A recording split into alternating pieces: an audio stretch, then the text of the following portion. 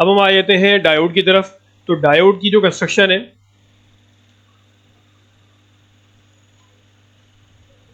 Diode की जो construction है बेसिकली वो किस तरह होती है, वो इस तरह होती है। ये दो टाइप के जो सेमीकंडक्टर हमने पीछे पढ़े, पी टाइप और एन टाइप, उनको मिला के बनता है ये, ठीक है। पी टाइप की एक लेयर होती है और एक एन टाइप की लेयर होती है। उन दोनों को जब आप आपस में मिला देते हैं, जिस तरह सैंडविच बना देते हैं आप, तो आपके पास जो कंपोनेंट वजूद में आता है that is called diode. Di का मतलब होता है दो, डाई का मतलब होता है दो, ओड का मतलब होता है मटीरियल। इसका मतलब है दो मटीरियल। अच्छा, दो मटीरियल हम इसलिए नहीं कह रहे हैं कि जब सेमीकंडक्टर बना था तो उसमें दो मटीरियल इस्तेमाल हुए थे, वो तो फिर दो इसमें भी हुए थे, टोटल करेंगे तो तीन हो जाएंगे। तो इस वजह से नहीं कह रहे हैं यहाँ पे दो, दो इस वजह से कह रहे हैं कि एक पी और एक एन है, इस वजह से इसको दो दो कहते हैं, ठीक है। डाई का मतलब दो होता है, आपको पता होगा, ठीक है। तो डाई, डाइक, ट्राइक का शायद वर्ड आप लोगों ने सुना हो, कंपोनेंट्स होते हैं ये भी ना पावर इलेक्ट्रॉनिक्स में। तो डायोड जो है इसलिए कहते हैं इसको कि वो दो लेयर से मिलके बना होता है, एक पी टाइप की होती है, एक एन टाइप की होती है। अच्छा, ये बात याद रखिएगा, डायोड आइदर सिलिकॉन का होगा या जर्मेनियम का होगा, पूरा का पूरा। अमूमन ऐसा नहीं हो रहा होता कि डायोड आपका जो है वो एक लेयर जर्मेनियम की हो, एक सिलिकॉन की हो, ऐसा नहीं होता, क्योंकि इन दोनों की प्रॉपर्टीज में फ़र्क है। मैंने बताया था एटॉमिक नंबर अलग है, तो दोनों का वोल्टेज ड्रॉप अलग होता है। सिलिकॉन डायोड का वोल्टेज ड्रॉप 0.7 वोल्ट होता है, और जर्मेनियम का आई थिंक 0.23 या 0.25 के करीब होता है। ये देख लेते हैं हम, सिलिकॉन और जर्मेनियम डायोड का जो वोल्टेज ड्रॉप है ये भी पता होना चाहिए आपको।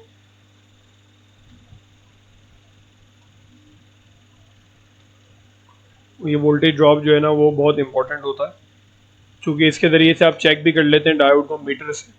हाँ, 0.3 होता है, हाँ मुझे थोड़ा सा यहाँ पे एरर रहा था, 0.3 होता है जर्मेनियम का, 0.7 होता है सिलिकॉन का। सबसे ज़्यादा जो डायोड कॉमनली इस्तेमाल होते हैं वो सिलिकॉन के होते हैं, ठीक है। तो पूरा पूरा सेमीकंडक्टर यानी पूरा का पूरा डायोड आपका एक ही मटेरियल का बना होता है। एक ही मटेरियल से मुराद क्या है? अच्छा, अब यहाँ पे कंफ्यूजन आ जाएगी। अब मैंने कहा एक ही मटेरियल का बना होता है, तो आप कहेंगे आपने कहा दो मटेरियल का होता है। तो यहाँ जरा इस बात को बिल्कुल क्लियर रखिएगा। अब थोड़ा सा वापस आ जाए जो हमने पीछे डिस्कशन की थी ना सेमीकंडक्टर की। सेमीकंडक्टर जब आप बना रहे हैं तो आप पी टाइप भी बनाते हैं और एन टाइप भी बनाते हैं, क्योंकि आपको तो दोनों चाहिए ना यहाँ पे डायोड बनाने के लिए। तो जो पी टाइप आप बनाएंगे और जो एन टाइप बनाएंगे, उन दोनों के अंदर आप सिलिकॉन का इस्तेमाल करेंगे या दोनों में जर्मेनियम का इस्तेमाल करेंगे, मैं कहना चाह रहा हूँ। ये बात समझ में आई तो जरा क्लियर करें।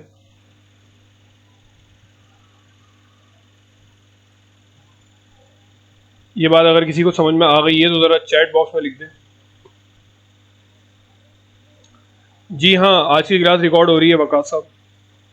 आपको कुछ काम है क्या अर्जेंट वगैरह?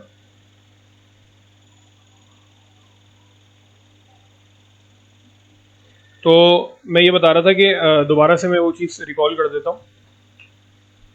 मैं असल में ये कह रहा था कि जब आपने मिसाल के तौर पे हमारा टारगेट डायोड बनाना है ना, हमारा टारगेट है डायोड बनाना। हमने क्या किया, हमने लिए तीन मटेरियल। कितने मटेरियल लिए? तीन मटेरियल। एक हमने लिया सिलिकॉन जो कि नेचुरल सेमीकंडक्टर है, उसके अंदर हमने मिलाया बोरोन, बन गया पी टाइप। हमने उसमें मिलाया एंटीमनी, बन गया एन टाइप। अब अगर आप देखें तो दोनों के अंदर एक सिमिलैरिटी है। सिमिलैरिटी ये कि दोनों बने सिलिकॉन से, दोनों का रॉ मटेरियल सिलिकॉन है। मैं असल में ये बताना चाह रहा हूँ, अगर दोनों का रॉ मटेरियल सिलिकॉन होगा तो डायोड सिलिकॉन डायोड कहलाएगा। अगर दोनों का रॉ मटेरियल जर्मेनियम होगा तो वो डायोड जर्मेनियम डायोड कहलाएगा। तो ये बात याद रखें कि जब एक डायोड में पी और एन को मिलाया जा रहा होता है, दोनों यानी पी और एन इंडिविजुअली एक ही रॉ मटेरियल से बने हुए होते हैं। ऐसा नहीं होता कि पी टाइप आपका जो है वो सिलिकॉन से बन के आ रहा है और एन टाइप जर्मेनियम से बन के आ रहा है। ऐसा नॉर्मल डायोड्स में नहीं होता। स्पेशल डायोड्स होते हैं, कैटेगरी है पूरी डायोड्स की, वो एडवांस लेवल स्टडी है पावर इलेक्ट्रॉनिक्स में, हमें उस तरफ फिलहाल जाने की जरूरत नहीं है। जब आप जाते हैं जीनर डायोड या क्रिस्टल डायोड, लेजर डायोड वगैरह, तमाम किस्म के जो डायोड्स हैं आपके, गन डायोड वगैरह, तो उनके अंदर फिर सारे मामला अलग होते हैं। शॉर्ट की डायोड है, इस तरह के ना पूरी पूरी लिस्ट है स्पेशल डायोड्स की। जिसको इंटरेस्ट हो वो जाके पढ़ सकते हैं, स्पेशल डायोड पढ़ने से मुताल्लिक टॉपिक है वैसे, लेकिन फिलहाल अभी हमारी डिस्कशन का टॉपिक नहीं हो, ठीक है। तो मैं उनकी बात नहीं कर रहा, नॉर्मल रेक्टिफाइड डायोड्स की बात कर रहा हूँ जो आपके नॉर्मल पावर सिस्टम में इस्तेमाल होते हैं। इनका इस्तेमाल वाइडली होता है। आपकी जितनी पावर डिवाइसेज हैं, आपके चार्जर्स हैं, आपके इलेक्ट्रॉनिक सर्किट्स हैं, आपकी स्टेबलाइजर्स हैं, आपकी जितनी भी चीज़ें हैं ना, सब जगह लगे होती हैं हमारे डायोड्स। ये रेक्टिफाइड डायोड्स कहलाते हैं, ठीक है। इसको पी एन जंक्शन डायोड भी कहते हैं, बहुत सारे नाम है, आपने इंटर से लेके अब तक पढ़ते आए होंगे आप। तो ये उसी डायोड की बात हो रही है, ठीक है। तो ये डायोड नॉर्मली या तो सिलिकॉन से बनता है या जर्मेनियम से बनता है, तो बनता किसी एक ही रॉ मटेरियल से, ठीक है। अच्छा, अब वापस आ जाते हैं हम उसी बात पे जो हम कर रहे थे।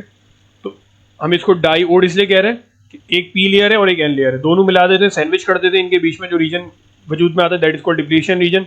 सही है, इसके अंदर डिप्लीशन रीजन क्यों कहलाता है, इसका रीजन ये होता है कि इलेक्ट्रॉन्स के फ्लो को, यानी कि जो आपका करंट फ्लो है यहाँ से, उसको ये डिस्टर्ब करता है। उसका ये समझ लें एक तरीके पेनल्टी लगाता है ये ना 0.7 वोल्ट की, अगर सिलिकॉन का डायोड, अगर जर्मेनियम का 0.3 की। मतलब कहने का ये कि जब आप इसमें से करंट पास करेंगे ना, तो लेट से अगर सिलिकॉन का डायोड है तो मिनिमम जो सप्लाई होगी ना वोल्टेज की इसके अक्रॉस आपको रखनी पड़ेगी 1 वोल्ट की। चूंकि 0.7 वोल्ट से कम की अगर सप्लाई होगी तो फॉरवर्ड करंट बनेगा ही नहीं, यानी ये करंट को अलाउ ही नहीं करेगा। ठीक है, ये रिवर्स बाइज रहेगा एक तरीके से। ठीक है, करंट को अलाउ नहीं करेगा। तो इसके लिए मिनिमम सप्लाई कितनी होनी चाहिए, 1 वोल्ट की। नॉर्मली सप्लाई इससे ज़्यादा ही होती है, तो इस वजह से आपके डायोड कंडक्ट करते हैं। अच्छा, डायोड जो होता है असल में वो कंडक्ट करता है एक डायरेक्शन में। ठीक है, डायोड एक डायरेक्शन में कंडक्ट करता है, तो डायोड की जो कंडक्शन होती है ना वो इस डायरेक्शन में होती है। सही, करंट का फ्लो जो है वो फ्रॉम एनोड टू कैथोड होता है। तो ये डायोड की डायरेक्शन होती है। हम इसको देख लेते हैं रिवर्स बाय और फॉरवर्ड बायस सर्किट के अंदर। ठीक है,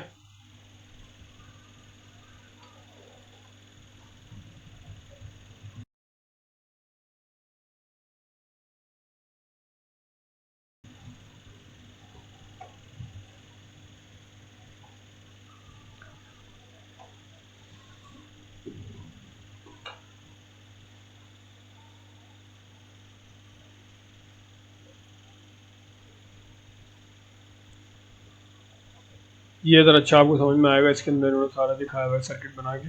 हाँ, यहाँ देखें ज़रा, तो देखें यहाँ पे जो है ना आपके पास ये आपका सर्किट है। डायोड को आप जब कनेक्ट करते हैं सर्किट के अंदर तो दो तरह की कॉन्फ़िगरेशन हो सकती हैं। एक होता है फॉरवर्ड बाइस, एक होता है रिवर्स बाइस। फिलहाल हम we are talking about DC circuit. DC समझेंगे तो एसी समझ में आएगा।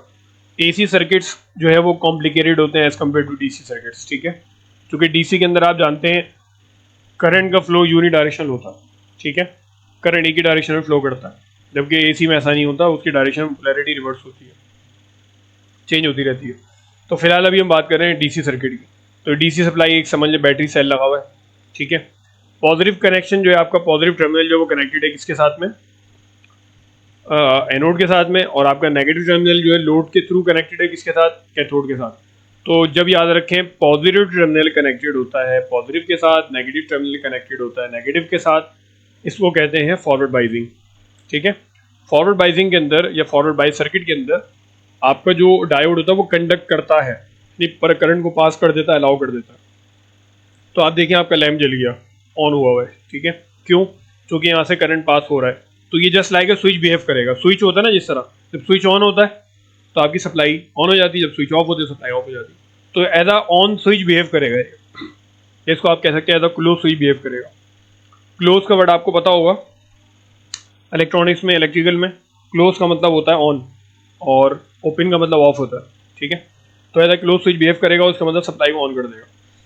इसके बरक्स से जब आप क्या करेंगे, सर्किट इसको ऑपोजिट लगा देंगे पोलैरिटी रिवर्स करके, तो अब देखिए नेगेटिव जो आपका नेगेटिव टर्मिनल है बैटरी का वो कनेक्टेड है एनोड के साथ, और जो पॉजिटिव टर्मिनल है बैटरी का वो कनेक्टेड है कैथोड के साथ। याद रखें कैथोड नेगेटिव टर्मिनल होता है। मैं दोबारा दिखा देता हूँ, कैथोड आपका नेगेटिव टर्मिनल होता है, एनोड आपका पॉजिटिव टर्मिनल होता है। ठीक है, इसको याद रखिएगा।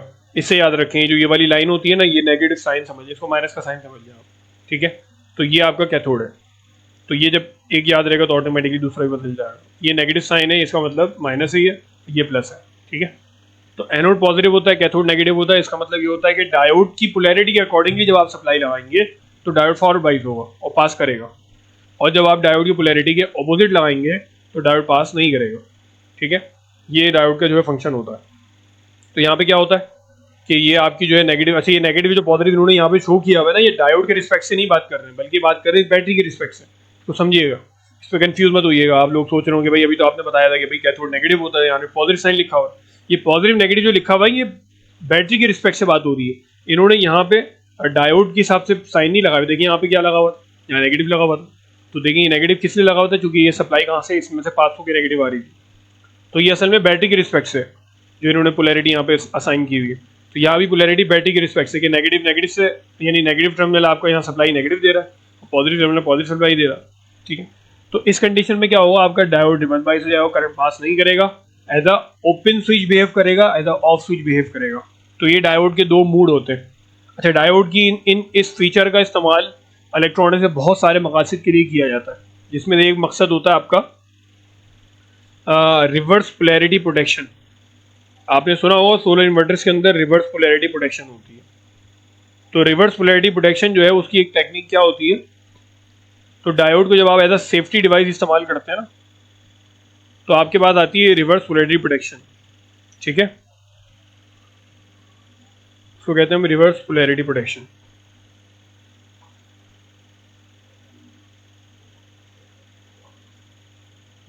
देखिए यहाँ पे उन्होंने इसके अंदर दिखाया हुआ है।